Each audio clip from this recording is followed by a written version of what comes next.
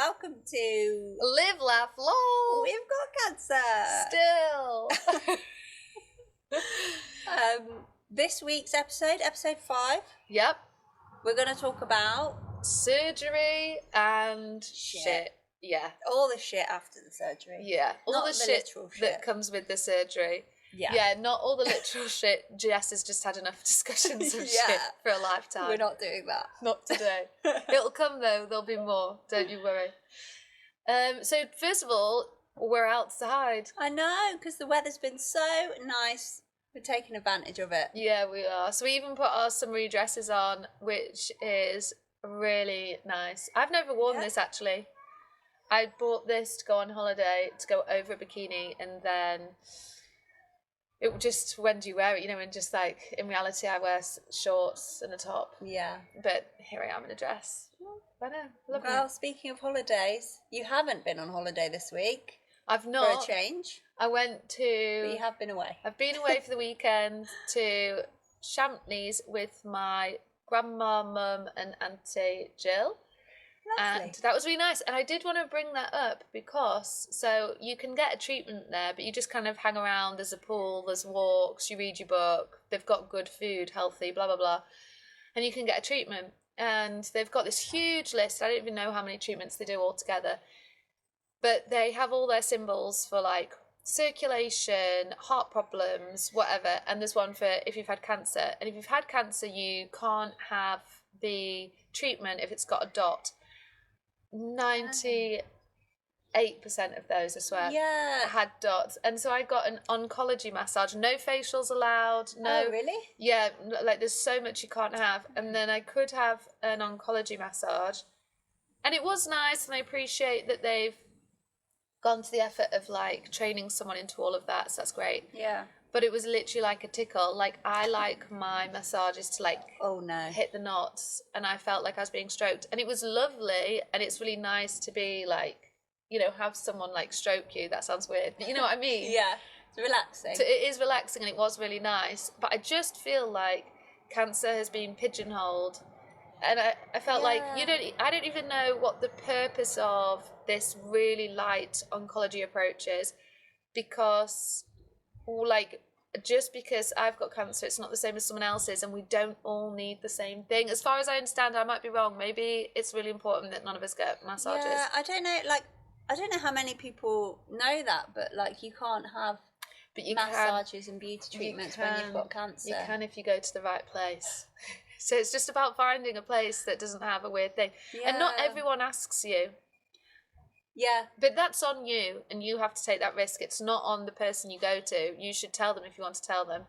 I don't know if it's meant to be a lymph thing, isn't it? Like, you don't want to spread everything through your lymph, and like lymphatic draining is a big thing in cancer like world. Facials and massages. Yeah, that's and stuff. true. So I think it is to do with lymphs. I think it's to do with that. But I thought, I'm already stage 4. Yeah, that's true. We're way past that point. It's through the lymphs. Yeah.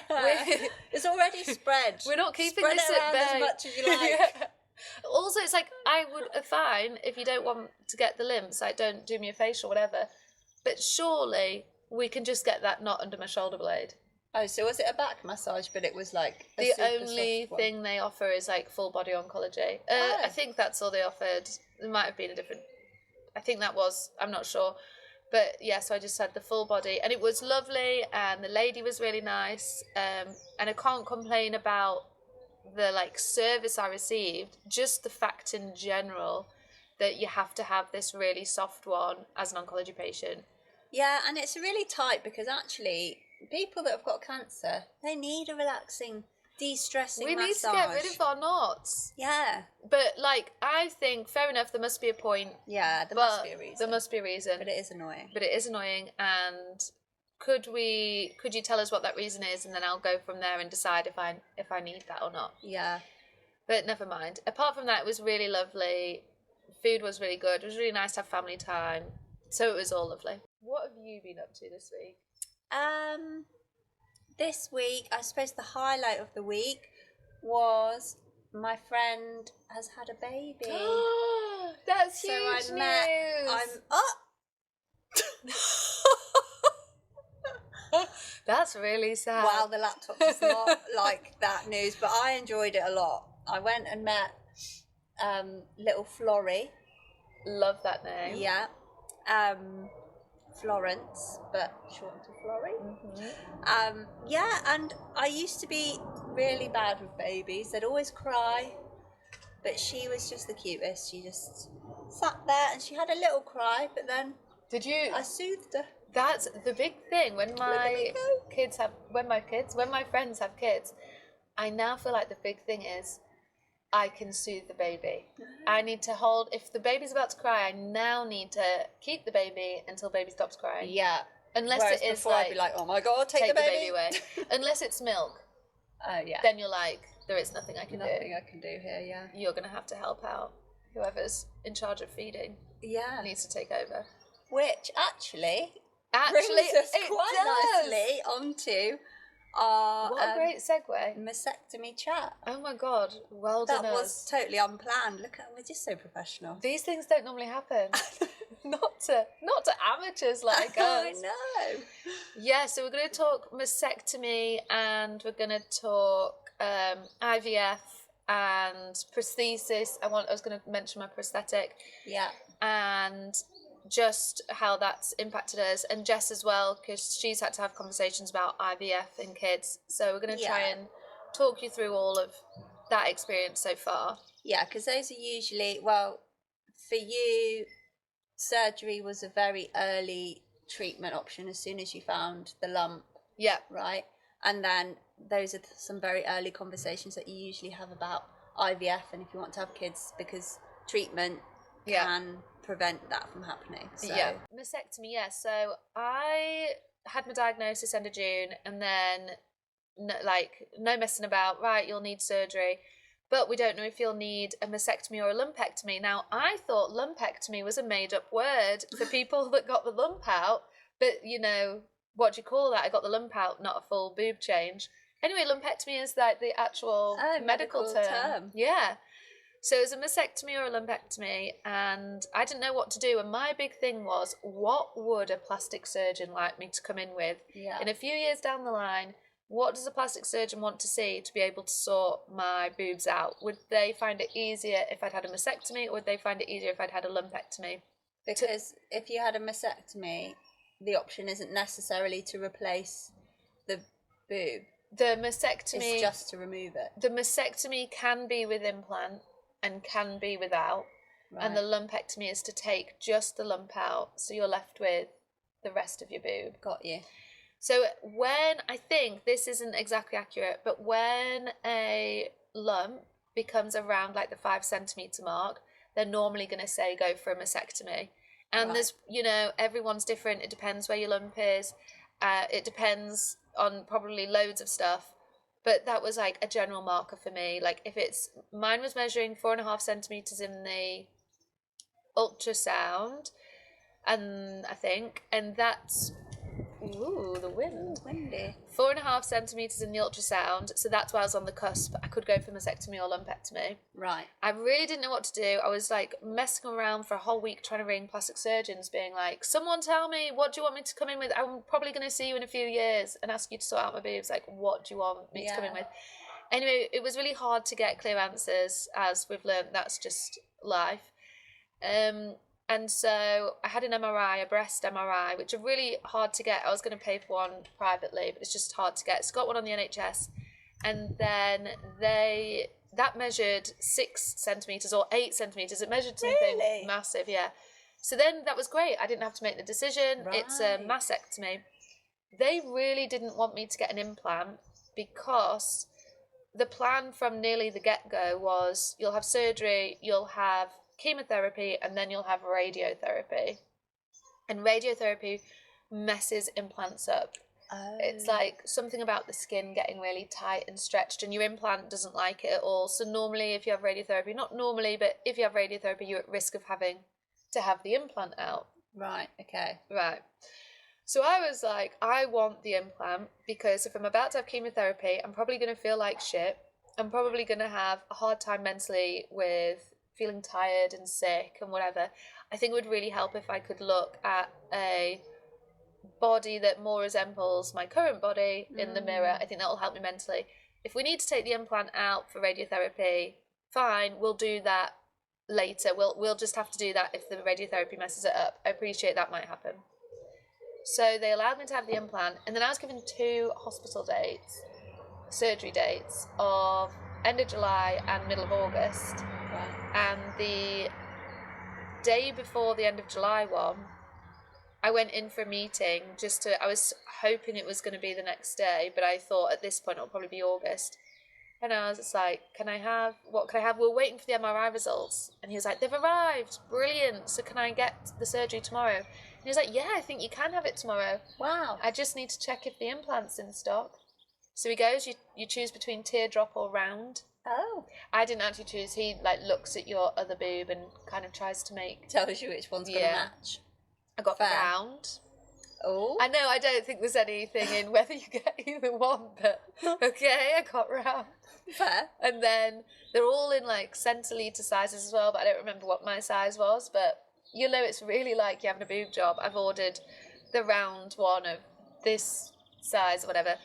He said that's the biggest you can do because we're going to have to, your skin's going to be super thin when we pull it over the implant. Ooh. So that was fine. And then he was like, right, surgery's tomorrow. So that was very exciting. Went in, got there at 7, had a radioactive injection at 10 that they put into the boob, and then it will go in and drain through your lymphs. And then they know that's how they find your sentinel nodes. What are your sentinel nodes? So you've got lymph nodes in your underarms, neck, groin, other places, I'm sure. And they were worried. I didn't know it was stage 4 at this time. I didn't know what stage it was. I just knew it was in my boob. And if the cancer has gone through your lymphs and started travelling around, it's like stage 2. And then if it's in different lymphs, depending where it is, or different parts of your body, it goes to stage 3 and stage 4. So mine was, as long as it was just in the boob, it's stage 1. I'm pretty sure it's also slightly dependent on the size of lump. It's like a few different aspects put together. So mine was obviously when it's just in the boob and it was under 5 centimeters or whatever, it's like stage 1. And then they take your sentinel lymphs, and that is where your boob drains to. You've got 20, they described it as like a lemon, and they said there's 20 tiny little lymphs like the size of a pea all in there. Oh, wow. And your boob will drain to a few before they'll drain to the others. It's like a chain. Right, okay. So where the dye goes first are the ones they want to take, because they're the first ones where the cancer could have travelled to. Okay. And they're your sentinel nodes. I see. So they take your sentinel nodes to see if the cancer's travelled through those first lymphs available. And then that was that. So did they tell you after the had it already spread to your bones when you had the surgery? So no, I mean maybe. I didn't find out it had spread to my bones until later. Yeah. And we didn't have the tests earlier because of IVF. Right. And the tests can mess up the eggs or whatever you're trying to grow. So that got put on the back burner. So at this point, the radioactive thing goes in there. That's what tells you where your sentinel nodes are. They took those away. I waited 3 weeks for my results. And that's when they said it was stage 2 because it was in lymphs. And because of the size of the tumour, it ended up being around 4 centimetres. Not that big. Oh, okay. But they'd taken the full mastectomy. They put the implant in. And I met the loveliest people in the hospital. I stayed over. I was feeling pretty merry about the whole experience. My opinion was, I think I was quite lucky. My surgery was the last one of the day. Okay. And the surgeon, you're just a bit are you getting tired? Yeah, you don't want to be the last one of the day, I would imagine. It's getting to about 2 o'clock. So I'm thinking, we need to be going now, or we probably need to wait till tomorrow. Because, have you had lunch? You don't want a late day. I'm thinking about you here, surgeon. And then because I was last and it got to 2, I was really ready to go in, come on. And they were really, really nice to me. And my opinion was, I would much rather be asleep on that bed than at work doing surgery. Yeah, fair. So that thought system really helped me through. I was the easier time. I did have the easier time. I lay there. Off it goes. Off it pops, and then I woke up in the recovery room and I was like, oh, pain. And then they were like, we can give you more painkillers, but we need to give it to you while you're in the recovery room because we can give more stuff here, yeah. So they did all that. That was great. Okay. Went to the room, slept, woke up, was a bit of pain. You know, it is surgery. Yeah. But you've always spoken very casually about this surgery, but I think I would be really nervous. I've never had surgery before. It was my first surgery. Yeah. It was my first general anaesthetic, and the kids call it a GA. It was my first GA. Wow. Who are these kids? I didn't mean kids, I meant doctors. The doctors call it a GA. I was like, I'm having a GA. Oh, serious. Serious. My sister had a GA when she had a colonoscopy. Apparently they do that in Australia, which seems very risky. Australia's really good for stuff like that. Yeah, but you think, and it's also, in hindsight, unnecessary. Like, Not you sharing about Beth's colonoscopy. Sorry, Beth. Sorry, Beth. I'm not going into detail, just about they put a... She wouldn't have known. She wouldn't have known much anyway because she was on a GA. Yeah, exactly. So she's all right. GA, but I didn't get the GA option. No. They barely even gave me any anaesthetic or whatever it is. Like a sedative? Sedative, yeah. Sedative. Anyway, it was fine. For my IVF, they gave me fentanyl. Really? Yeah. Did you get addicted? I'm really addicted. All the time, every day. I don't know how much... What is fentanyl the sedative or the painkiller? I thought it was a painkiller. So they give you fentanyl with something, and one of them's the painkiller, one of them's the sedative. It's meant to be painful then, the IVF. I guess so. I had the painkiller, so I don't know. It was... I went through 2 rounds of IVF, and the first one was... I slept all the way through, so they can give you... I don't know, a certain amount of this stuff, and if you fall asleep, you fall asleep, otherwise you're sedated and like drifting in and out, whatever. And the first one, I woke up an hour after it happened, it was all done and dusted, no problem. And then my second one was only like probably 3 weeks later or 4 weeks later, it was quite quick. And that one I woke up during, so that wasn't great. I was like, whoa. And they were like, I think they were like, give us some more drugs, and then I went back to sleep. Oh, okay. And that's, when you say IVF, was it to harvest egg or to implant? No, it was to harvest. So I had an egg. So I had my surgery like the 27th of July. Then I started my IVF medication August 4th, which is 4 injections a day.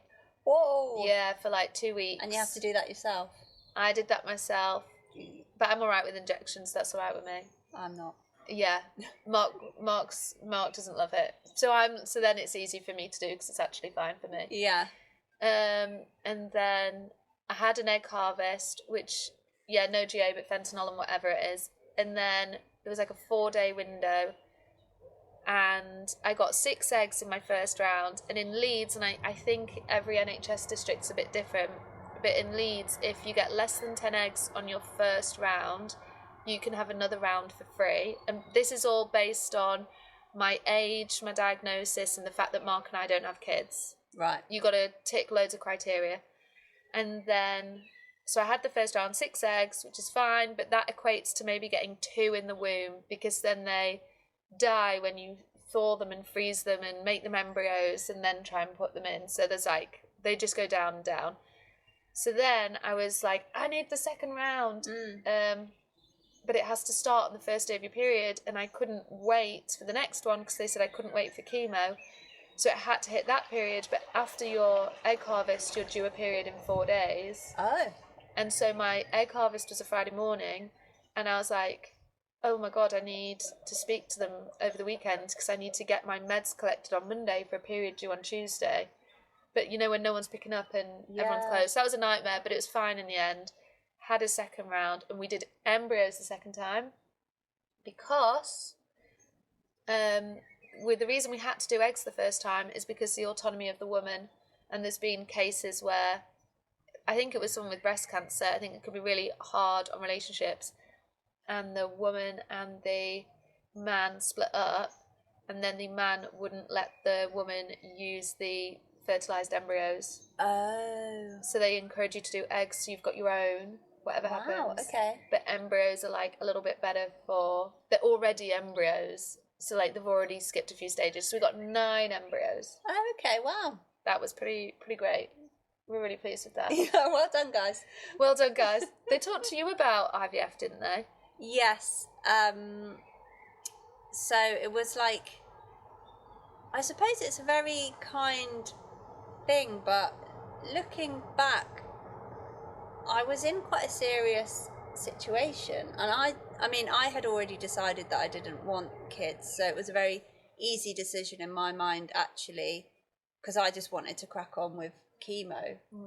But I do wonder, like, what the cutoff is, like, the seriousness of the situation, because they were like, my doctor later told me, which was another lovely comment that he dropped in, they were like, well, we were, had our fingers crossed in June when we started your chemo, because we really didn't know if your liver was in a good enough state for it to even like process the drugs and for it to work. So if I'd have waited to have IVF, I don't know. You don't know what would have happened. No, like it's all theoretical, but it's scary. That is a scary thought. But no, luckily, and it does take like a month. Yeah, I just wasn't in a position that I would have been able to do it, I think, even if I'd wanted to. They were, physically. I think they have to offer it, but then if you were interested, they might have been like, these are the risks for you. Yeah, so probably. What, did you have Prostap? So I had an injection called Prostap at the end of my IVF, and the purpose of it was actually to shut down my ovaries pre-chemo, because when you have chemo, it might, or pretty much will, kill all your eggs that are swimming about in the next 3-month period of time, and then all your eggs that would come after the next 3 months are so far down that they will most likely be okay. So you have this Prostap injection that turns your ovaries off, and it allows the chemo. It's like, yeah, you might kill the first 3 months of eggs, but I'm going to secret storage all the rest and try and keep them safe. Like, it doesn't always work, which is why you do IVF in the first place, to ensure you've got some eggs frozen. Yeah. But the idea of it is that if you do the Prostap, maybe you'll protect yourself in the future. Yeah. So you did tell me about the Prostap thing, and I got a bit angry feminist at my oncologist, because I was like, why wasn't I offered... There we go, the laptop likes that. The laptop likes angry feminists. Yes. I was like, why wasn't I offered it? And I thought, like, because maybe my oncologist had just assumed I don't want children, therefore I'm fine with not having a period, not having that natural cycle, etc. And maybe this is a bit weird, but for me, I saw them as quite separate things. I didn't want children, but if I could have a period, I kind of saw it as like a natural process. It's detoxing for women, like your body is doing something that it's meant to be doing. When your body is changing so much, you kind of really want to hold on to normality. You're like, what is good for my body? I know that I should have a period once a month, so if that could happen, I know that things are working. Like the body is working. That's how I was viewing it. So I got a bit angry with my oncologist, like, why are you not giving me Prostap? Like, but then he was like, because I'm stage 4, because I'm the way they're predicting it, I'm always going to have chemo. There's no point in pausing it for 3 months, because in 3 months' time I'm just going to be on chemo anyway. So it is gonna. It would just be an extra thing for no reason. Yeah. God, he's so happy chappy. Just because you're going to be on chemo for the rest of your life. Yeah. So don't even worry about it. No point. That whole thing. No point in chemo for you. No point in Prostap for me. But actually, weirdly, I don't know, again, if this is TMI period we chat. love it here. Keep doing it on the pod. But they said, again, with the hair thing, they were like, your hair's definitely going to fall out. With the chemo, they were like, yeah, it will make you infertile. You won't have periods. It will freeze everything. But it hasn't. Love that for you. Yeah, so I had the chemo, didn't have a period, restarted when I had my chemo break, and now with this new treatment, I am having them again. So I don't know what that means. This tablet chemo is so much better than the other one. Yeah. I feel like it's so much kinder on your body. It seems to be so far. I don't know if anyone's noticed all of Jess's hair as well. It's been 1 week since we last recorded, and it's so much longer. Though. Look, you might come back grey, but it's not about the colour of your hair. No, it isn't. It's about having hair. It's about having hair to dye. Yeah. I think also you could definitely pull off the grey look if you need to. Yeah, I do wonder. Let's see. But it does look dark. It does. So it looks great. It's coming back. It's coming back. Exciting. So yeah. The other thing I was going to say was about my mastectomy when they took off my nipple. Rude. Did we all know that if you get a mastectomy they take your nipple? No, I didn't know that before. Nobody told me. Nobody tells you that. I can't believe they actually didn't tell you that. It wasn't as bad as you woke up without one and you were like, where's my nipple okay, yeah, no. It was that day before the surgery. Oh no, that might be a lie. I don't remember when it was. It was one of the meetings. I've had so many meetings at the beginning where they just draw all over your boob, and they kept making it look like an eye, but never mind. So they were just drawing all over my boob like every time I went in. Great. And then one time I was sat there and he was like, so that's the bit that we're cutting out. And I thought, hang on a second, that's my nipple's involved there. Yeah, it's the eye bit because it's around your nipple. Exactly. And then he was like, yeah, we're taking that. And I just burst into tears because no one had mentioned, it came as a big surprise. Like, I don't know why, but I do know why. I'd been telling everyone I was just up for a free boob job on the NHS. So I was getting a little bit cocky, like, don't worry about me. Not me with a free boob job on the NHS. I'm fine. Jinxed it. And they were like, we're actually taking your nipple. I was furious. This was not anything we spoke about. And then... I'd be furious as well, to be fair. Can you remember as well when I said I had my biopsy and I was like, could you not take it from that side? Could you take it from that side just because, if I wear a bikini I want to look okay? Oh, you're just going to take the whole nipple, are you? I thought it was going to be like a cut underneath the boob, like a boob job cut. Anyway, no, they just went straight across. They did straight, so it's a big scar like that straight across. So mean. So mean. He took the nipple and he took all the fat, which was great, I guess. And then it made me a bit sad though for two reasons. One reason, which feels like more logical, it was my first step into the whole child thing and being like, I can't breastfeed. Yeah. At the time I thought I'd be able to carry a baby still because I was going to have the IVF, have chemo, have 2 years on hormone treatment, take a break, get pregnant ideally, go back on treatment. That was like the stage 2 plan. So I was going to, in my mind at this point, I was going to carry, and I was like, oh, I won't be able to breastfeed. And it felt like a real knock. Like I still had the other boob, but everything felt at risk, like more was changing than I'd anticipated. Yeah. And then that didn't, anyway, I can't have children, so we're beyond that now. But then the second thing was, I was like, I don't know what came over me, but I started crying to Mark about my lack of nipple. And he was like, why is this such a big deal? And I was like, I don't think anyone's going to be my friend anymore if I only have one nipple. And like that's the basis of all of your friendship. We can only be friends if you've got 2 nipples. I can't tell you how upset I was, and I was sure that I was about to lose loads of friends because I was going to be one nipple Becky. No one cares about one nipple Becky. Like, now I'm past that emotional state. I cannot understand what I was thinking. Yeah. But out of all of the change that you were going through, it was the nipple that was going to... This is the final straw. That was going to be what pushed everybody away. And so I got really upset about it, and I still have my friends, so luckily the nipple thing's fine.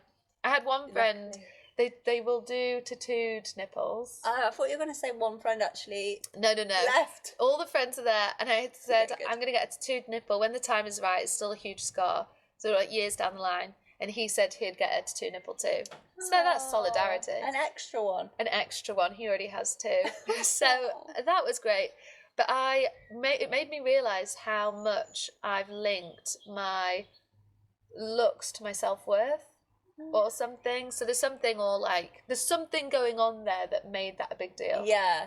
But now I'm like, am I insane? Yeah, because What it was is I a bit of a thinking? surprising reaction, but you don't know how you're going to feel when someone takes your nipple. You don't. You're going to be one without nipple your Becky, permission. and no one's going to be your friend anymore. Yeah, You're you don't deformed know how now. that's You don't gonna get be. that. I looked like a full-on zombie for months after the surgery because I had this one boob that looked like a normal boob, and then this one was like bruised, battered, super scarred, Oh. and they are different sizes and different shapes, and they look super different. And I'd look in a mirror and I was like, send me straight to that zombie set because you don't even need to do hair and makeup. The at this zombie and point. the alien.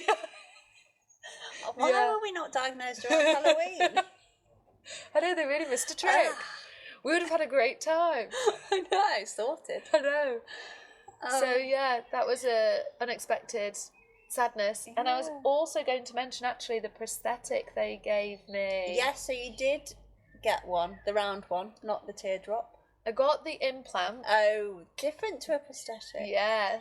How do you get a prosthetic boob? So it's like a chicken fillet would be the what I'm trying to say. I but see. like that would be so for mine's like an extra large chicken fillet because I did get the All right. implant, but it's not even extra large. But you know, like larger Okay. than a normal one you get from Primark. Oh, okay. If they sell them there. So like the not based on the size of my boobs, based on me having very little boob here compared to that one. Not because I'm like my boobs are ginormous, just to clarify. Jodie Marsh. Just because I'm Jodie Marsh. Katie Price. Oh, yeah. Hers have got real big. Have they? I'll show you a picture later. Anyway, so you've got your implant in, and then you go to the breast place, and then they give you, there's different sizes, which partial implants, so that if you had a cupped bra, this boob would become the same size as that one. Oh, that's good that they do that. It is really good, but I don't use it at all because I use those squidge down bras, which kind of, because this is all fat, it squidges in, and because that's a silicone ball, they end up being similar sizes. Oh, okay. Yeah. That is, yeah, I suppose if you're going back to the bikini, if you want to look even, Yeah. it's good that the NHS have that level of consideration Yeah, they do. if you're going to have a mastectomy or like, Yeah, they've been really good actually. augmentation. So on one hand, consider it. Yeah. On the other hand, Took my nipple away. not consider it at Made all. me one nipple Becky. Yeah. So tight. In the surgery in the morning, I woke up and I saw the doctor, and he You're like, was... where's my nipple? No, I was like, hey, hey, oh my god, Hey, you it's me again. I was like, did you have a good time yesterday? He did not know how to take me. And anyway, I was like, so, because I've seen programmes, so I thought I knew what to ask, and I said, did you get all the cancer? Like, that must be the important question. Yeah, that is true. And he just looked at me like, I took your whole boob. So of course I got the cancer. Really? Yeah, and I was like, he really like shirty with you? he wasn't Oh my god. he wasn't like rude and mean. I think he was just A bit channeled. because you were really chirpy after an operation. I think he Wasn't was expecting he it. was channeled in a different type of. He's less of an extrovert. I think he Okay. was literally just like, "What are you talking about? I took your whole boob," and then I was like, "Oh yeah, I'm sorry, sorry, yeah." You took the whole boob, so Great job. fine. Great job, yeah. No, appreciate that. But he said, it's not like, you know, again, maybe I watch too much TV, it's not like this black mass with tentacles inside. It is just red. lump. Yeah, and it's all like red. It's the colour of fat and bloods. Oh yeah. Because it's being fed. So it's not a special colour or anything. Oh, so So- you can't tell. Yeah, and it's covered in the rest of the boob. Yeah. You don't go in, peel away the fat from the tumour and take the tumour out. I guess you do if it's a lumpectomy, I don't know. But this was, you just took the whole boob, so you literally just lopped it off, put it in the post, sent it somewhere. And then they To came, who? I don't know, but they came back and said 4 centimetres. So And, how and they come- said estrogen positive. That's when I got that information. Oh, how could they tell that? Because they biopsied the thing that came out, but you'd already had the biopsy. I had the biopsy that confirmed it was breast cancer, and then I had the surgery, and when those results came in, I got told it was 8 out of 8 for estrogen, 4 out of 8 for progesterone, HER2 low, so +1, and that's what they got from that, and they tell you the size, so I guess at that biopsy they're pulling away all the fat and measuring it. Oh right, okay. Yeah.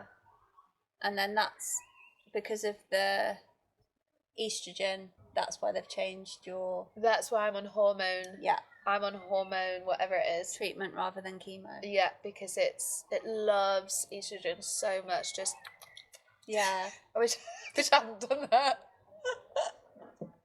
But I did, so I'm so sorry. Getting all that estrogen.